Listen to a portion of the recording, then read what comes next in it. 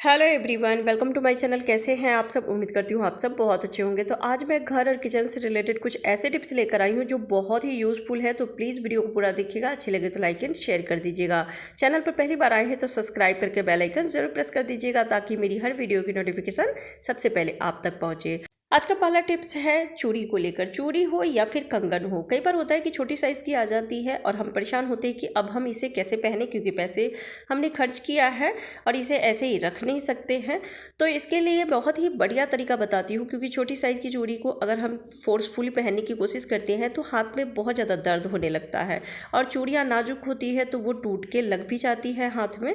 तो इसके लिए दो तरीका बताती हूँ। या तो आप शैम्पू अच्छे से लगा लें हाथ में या फिर ऑयल लगा लें, जिससे कि हाथ बहुत ही ज़्यादा चिकना हो जाती है। तो फिर आसानी से आप छोटे से छोटे कड़े को, कंगन को या फिर चूड़ियों को पहन सकते हैं। अगर आप ये नहीं करना चाहते हैं तो आप ले लें पॉलीथीन पन्नी, जो भी आपके पास अवेलेबल हो वो आप ले सकते हैं। जैसे सब्जी वाली थैली है तो वो भी आप ले लीजिए, या इस तरह की पन्नी है तो वो ले लीजिए, हाथ में पहन लीजिए। और पहनने के बाद आप छोटी से छोटी चूड़ियाँ और कंगन पहन सकते हैं, पहन भी सकते हैं। और जब उतारना हो, इसे दूसरा आपको पहनना हो, तो आप इजीली आप निकाल भी सकते हैं। पन्नी पहन लीजिए और पन्नी के ऊपर आप चूड़ी या कंगन को लेकर आइए और फिर आसानी से इसे उतार भी सकते हैं।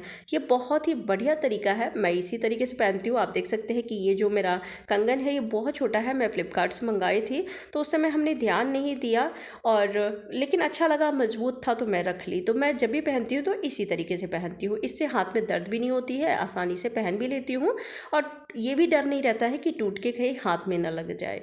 तो बहुत ही बढ़िया तरीका है, ट्राई करके ज़रूर देखिएगा। अगला टिप्स भी चूड़ी से रिलेटेड ही है। चूड़ियाँ बहुत सारी होती है, हम लेडीज़ के पास साड़ी की मैचिंग भी होती है, साथ में जो घर में हम डेली वेयर करते हैं वो भी होती है।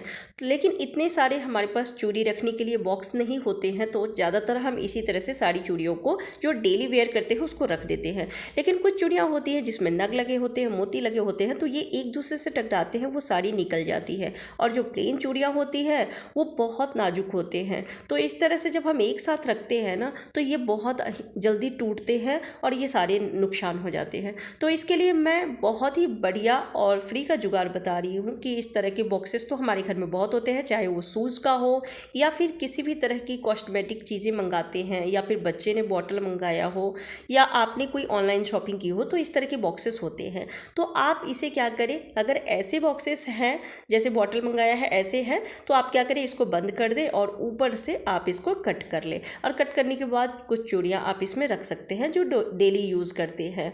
और अगर शूज़ बॉक्स है या फिर इस तरह के बॉक्सेस हैं तो आपको कट करने की भी ज़रूरत नहीं है। बस आप पेपर ले लीजिए और पेपर को रोल कर लीजिए थोड़ा मजबूती से, यानी ज़्यादा लीजिएगा पेपर और उसको रोल कर लीजिए। और रोल करने के बाद इसमें हमें लगा देना है इलास्टिक वाली रबर, जिससे कि ये खुले नहीं, एक जगह रहे। और इस तरह से जब आप बहुत सारे पेपर को लपेट देते हैं ना तो ये काफ़ी मजबूत हो जाती है। और बस आप क्या करें, बॉक्स के साइज से इसको कट कर लें और कट करने के बाद इसे बॉक्स में लगा दीजिए। और अब जितनी भी चूड़ियाँ हैं इसमें लगा सकते हैं, जितना बड़ा बॉक्स है उतनी चूड़ियाँ आ जाएगी। अगर एक बार में एक डब्बे में नहीं आती है तो आप और बॉक्सेस हैं वो ले लें और उसमें इस तरह से चूड़ियों को सुरक्षित रख सकते हैं। इससे चूड़ियाँ खराब नहीं होगी, टूटेगी नहीं, धूल मिट्टी भी नहीं लगेगी, एक जगह ऑर्गेनाइज रहेगी।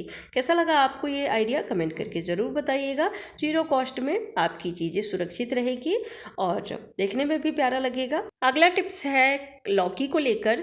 कई बार होता है कि लौकी हम बड़ी ले लेते हैं या फिर बच्चों को कहा है लाने के लिए तो वो इतनी बड़ी ले आते हैं, लेकिन हमें इतनी बड़ी लौकी की ज़रूरत नहीं होती है, एक बार में हम इसको नहीं बना सकते हैं।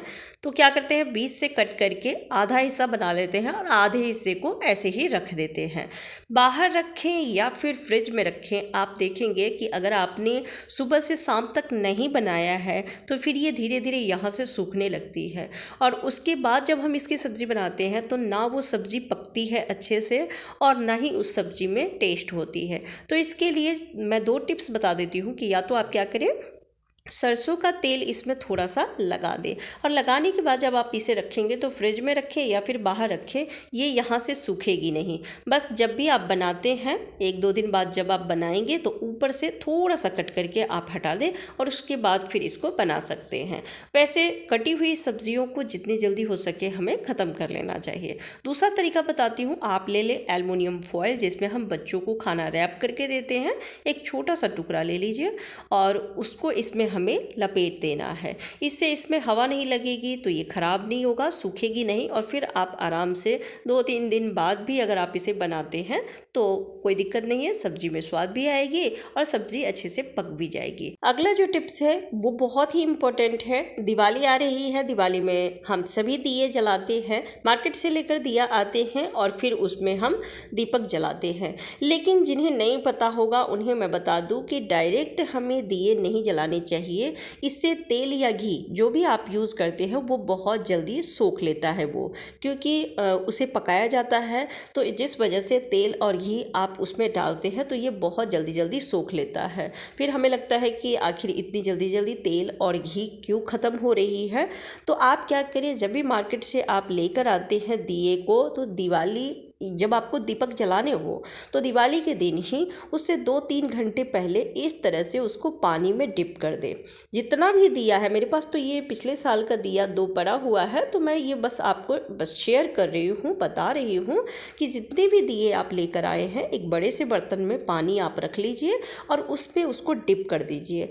आप देखेंगे जो नया दिया होता है वो जैसे ही पानी में डालेंगे तो बुलबुले निकलने लगते हैं और आवाज़ आती है, वो पानी को सोखता है, एब्जॉर्ब करता है। तो आप उसे 10-20 मिनट के लिए पानी में ही रहने दें और रखने के बाद फिर आप उसे निकाल लीजिए और निकालने के बाद दिया को औंध के रख दीजिए जिससे कि पानी सारा सूख जाए, निकल जाए। इससे आप जब दीपक जलाएंगे ना तो तेल और घी दिया सोखेगा नहीं और बहुत देर तक दीपक जलेगी। दूसरा तरीका भी यहाँ पे बता देती हूँ कि आप इस तरह से दीपक को धोने के बाद फ्रिज में थोड़ी देर के लिए रख दें जिससे कि दीपक बहुत जल्दी ठंडी हो जाती है और फिर थोड़ा सा भी तेल घी आप डालेंगे तो वो काफ़ी देर तक दिए जलेंगे। ये बहुत ही बढ़िया टिप्स और आजमाया हुआ टिप्स है, ट्राई करके ज़रूर देखिएगा। अगला टिप्स है मंदिर के बर्तनों को लेकर, यानी पूजा के जो बर्तन होते हैं उसे क्लीनिंग को लेकर, क्योंकि दिवाली आ रही है तो उससे पहले हम सभी मंदिरों की साफ़ सफाई भी करते हैं, साथ में पूजा के जितने भी बर्तन होते हैं उसे भी साफ़ करते हैं। तो जो जिसमें हम जोत जलाते हैं ना, दीपक बहुत जल्दी गंदे होते हैं क्योंकि इसमें तेल घी की चिकनाई बैठ जाती है, साथ में ये काला भी हो जाता है। और जो जल भर के लोटा हम रखते हैं वो भी बहुत जल्दी जल्दी गंदा होता है, उसमें एक चिकनाई लेयर बैठ जाती है। तो इसकी क्लीनिंग कैसे करें, तो मैं तो अभी बस जिसमें जोत जलाती हूँ उसी को साफ़ कर रही हूँ, क्योंकि नवरात्रि में हमने क्लीन किया था सारे पूजा के बर्तनों को और फिर दिवाली के टाइम में हम क्लीन करेंगे। बस मैं आपको शेयर कर रही हूँ कि जितना भी पूजा का बर्तन साफ़ करना है तो आप उन सारे बर्तनों को ले लें और उसमें लेना है आपको बेकिंग सोडा। तो जितना बर्तन क्लीन करना हो उसके हिसाब से आप बेकिंग सोडा ले सकते हैं। और अब इसमें हमें रखना है कोलगेट पेस्ट, वाइट वाली कोलगेट पेस्ट रख लीजिएगा और फिर 1 या आधे लेमन का जूस आपको ले लेना है। अगर लेमन जूस नहीं है तो विनेगर भी ले सकते हैं, लेकिन लेमन जूस ले लीजिए और इसे अच्छे से मिक्स कर दीजिए। आप देखेंगे इसका रिएक्शन, बबल्स बनने लगते हैं और यही रिएक्शन जो है ये बर्तनों को बहुत अच्छे से क्लीन करती है। ये बहुत ही बढ़िया लिक्विड जेल तैयार हो जाती है। और अब नींबू के छिलके की सहायता से बर्तनों में अच्छे से इसको लगा दें। लगाने के बाद 1 मिनट के लिए छोड़ दीजिए और फिर स्क्रबर से इसको अच्छे से साफ़ कर लीजिए। अगर बहुत ज़्यादा बर्तन गंदे हैं पूजा के, जैसे जल का लोटा हो जाता है या पूजा की कोई भी आरती की थाली है जो बहुत ज़्यादा गंदी हो गई है, तो आप थोड़ा सा नमक भी यूज कर सकते हैं, कोई बढ़िया सा नमक हो, क्योंकि पूजा का बर्तन हम क्लीन कर रहे हैं तो इसलिए कोई बढ़िया सी नमक हो तो आप ये भी रख सकते हैं। 1 चम्मच नमक भी रख लीजिए और बाकी सारी चीज़ें रख के और इसे अच्छे से साफ़ कर लीजिए। आप देखेंगे कुछ ही मिनटों में सारे ही बर्तन चमक जाते हैं। तो मैं नवरात्रि में क्लीन की थी, लेकिन जोत हमेशा जलती रहती है तो इसलिए जोत के दीपक जो होते हैं वो बहुत जल्दी जल्दी गंदे हो जाते हैं और काले भी होने लगते हैं, तेल घी की चिकनाई भी बैठ जाती है। तो आप देख सकते हैं कि ये कितने अच्छे से साफ़ हो गई है। ये बहुत ही बढ़िया तरीका है। तो इस तरीके से आप पूजा के बर्तनों को भी साफ़ कर सकते हैं, वो भी घर पे एकदम नए जैसा बना सकते हैं। तो कैसा लगा आज का टिप्स आपको कमेंट करके ज़रूर बताइएगा। अच्छी लगी हो तो वीडियो को लाइक एंड शेयर कर दीजिएगा। Bye bye, take care.